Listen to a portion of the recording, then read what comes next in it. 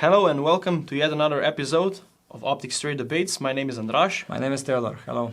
Today we're going to talk about an innovative feature found in some red dot sites, which is a solar cell on the housing. Now, only a few years ago, I think that Holosun was among the first who introduced solar cells on the housings of red dots. I don't know if it was really the first, but it was definitely the first manufacturer which went into it with full power. Majority of their models have this option, and this is something that I think no other brand did, even if they had solar cells on them. But I don't know of any other manufacturer which would have 20 different dots with this feature. Holosun has. Yeah, Holosun is. And now we're in 2021. We still don't have that many manufacturers. We have Vortex with the new Spark Solar. I think Sightmark also produces Volta model. Yeah. And then maybe some few. Others. We don't have any here on the desk. Basically, I would say that Holosun has more models with integrated solar cell on their housing than all other manufacturers combined. Yes. So they really, I would say, one of their unique propositions is this technology. What would you say are the pros of having a solar cell in the housing? If the battery dies, you still have the solar mode where the dot does work even without the battery, only on solar power.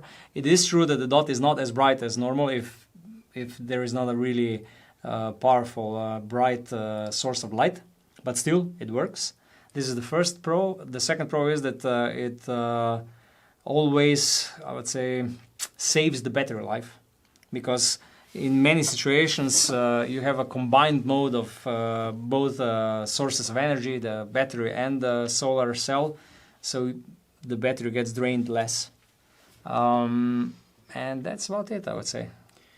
There are also, the disadvantage perhaps is if you, I don't know, use the dot in hectic situations.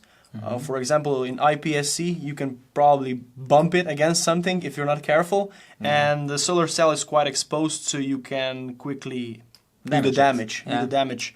Luckily, most of these dots can also be set to manual mode, where they only drain power from the battery. So if you, for some reason, damage the cell and it doesn't work anymore, you can still use the dot on manual mode. Definitely, the reliability and robustness is it's a little bit lower with these sites which have a solar cell. This is also the reason why the professional users don't use, the police and the military doesn't use the dots with a solar cell on them, because all physical contact or something, what can happen, it can damage the cell. And this is the reason why the most robust and the most reliable dots, they lack the solar cell. What is also, I would say, a disadvantage is that these dots are usually more expensive. Yeah, so it adds a little bit to the price. Yeah. I think that with Holosun models, we know we have one form factor, and then with various features, and with the solar cell, I think it's 40-50 euros more expensive than the basic model. For someone who is who doesn't count their life on a dot. So if you're not a soldier or a policeman, for civil use, this is a good feature.